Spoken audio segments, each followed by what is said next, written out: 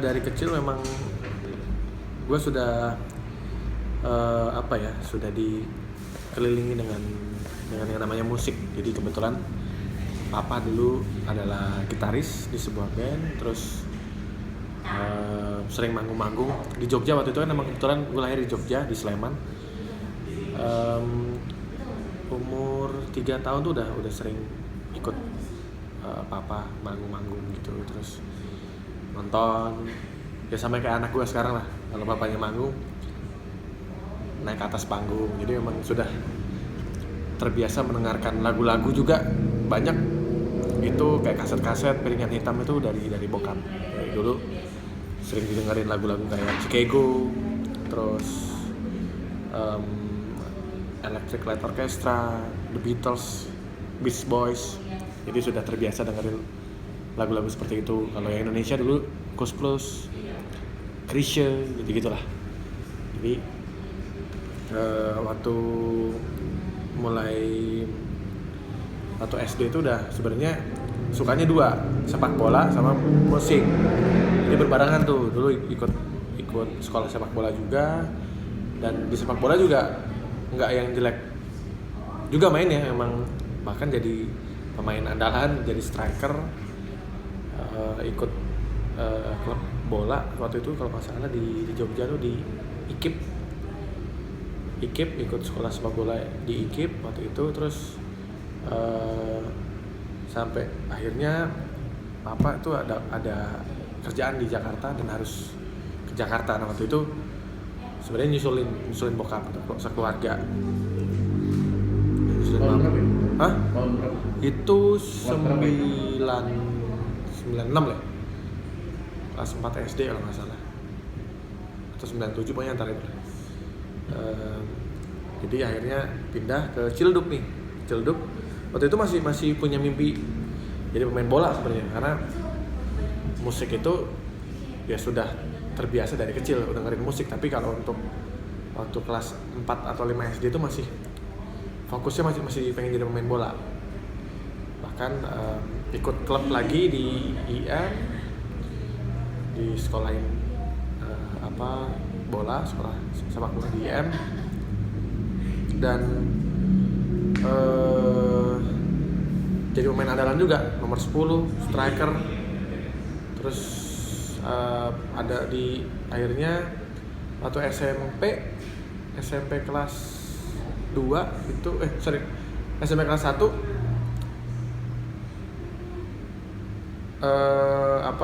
lagi main ke tempat teman di sini di komplek di namanya nih Lakandi, Kembang Larangan. Jadi pas lagi di toilet gue nyanyi lagu Sheila on 7. Gak taunya kedengeran lah sama si teman gue ini, teman main lah, kebetulan satu SMP juga. Dia bilang gue lagi mau bikin band dan belum ada vokalis, ditawarin lah jadi vokalis. Akhirnya SMP kelas 1 jadi vokalis tuh. Tapi masih fokus main bola, karena emang waktu itu masih punya mimpi pengen jadi pemain sepak bola kan. Terus akhirnya manggung pertama kali di komplek acara 17-an, bawain lagunya tuh Sheila on 7, terus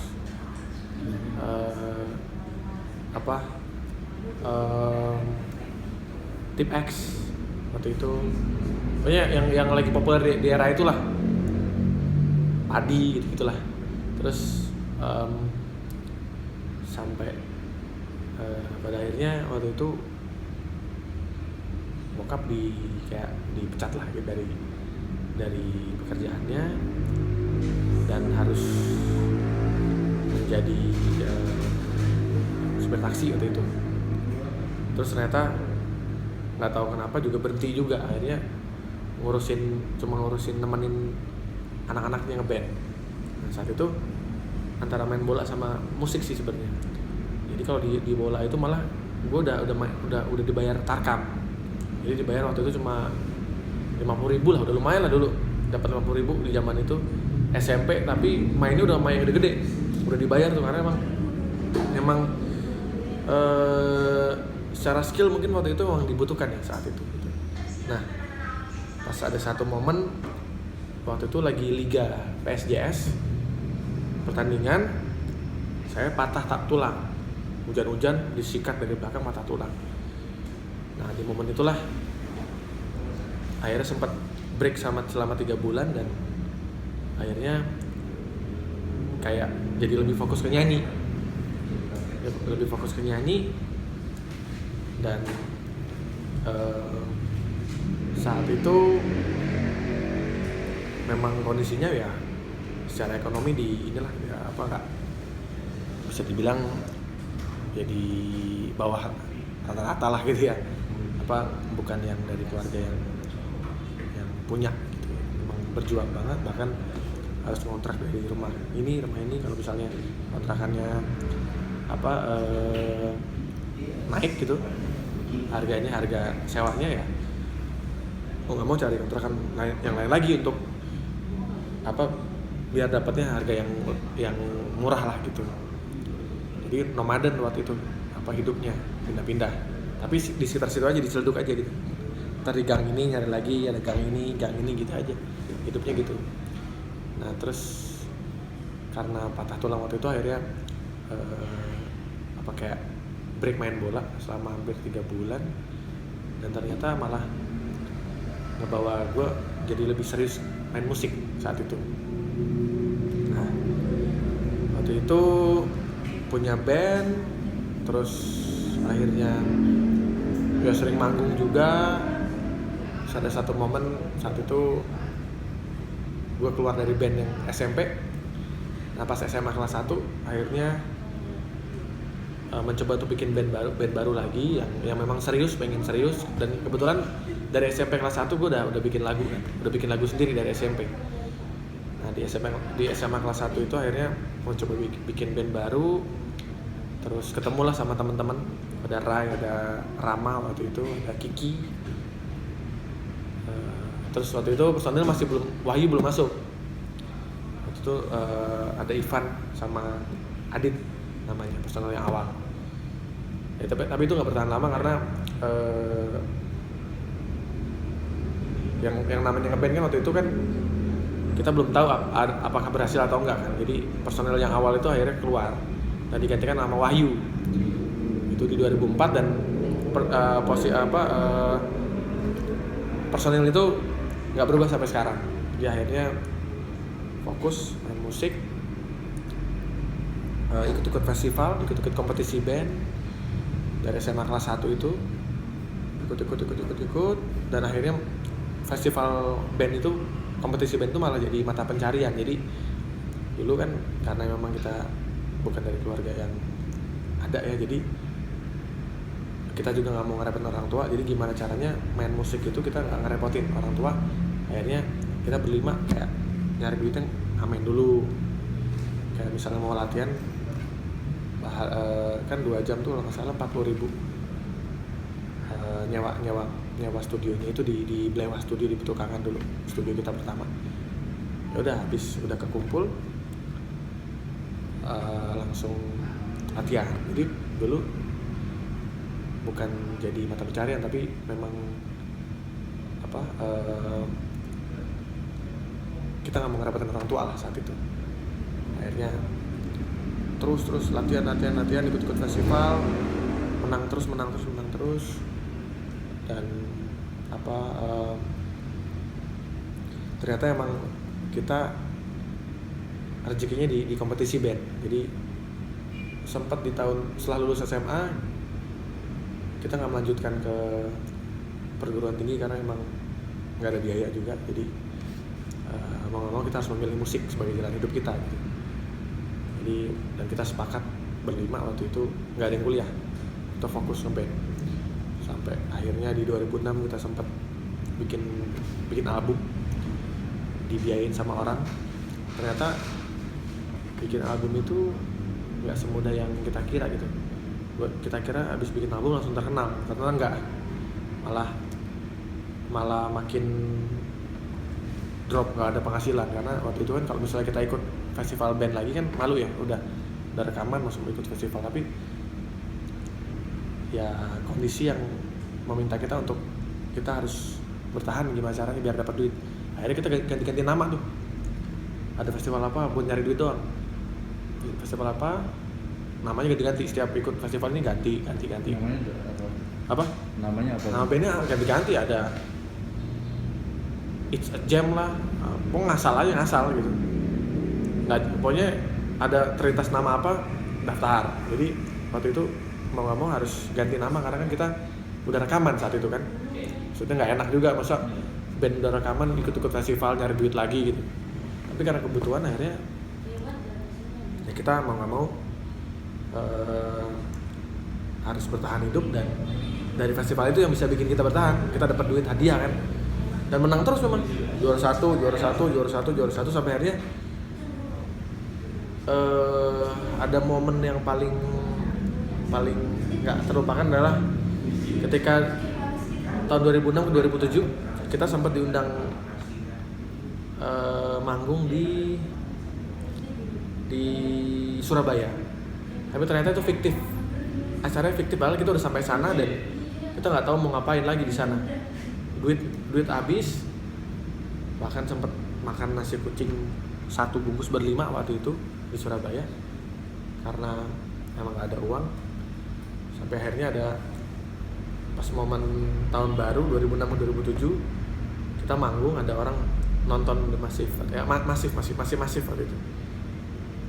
Terus dia suka sama penampilan kita, akhirnya dia ngajak kenalan, namanya Mas Made. Nah Mas Made ini akhirnya masuk ke sebagai kru kita juga.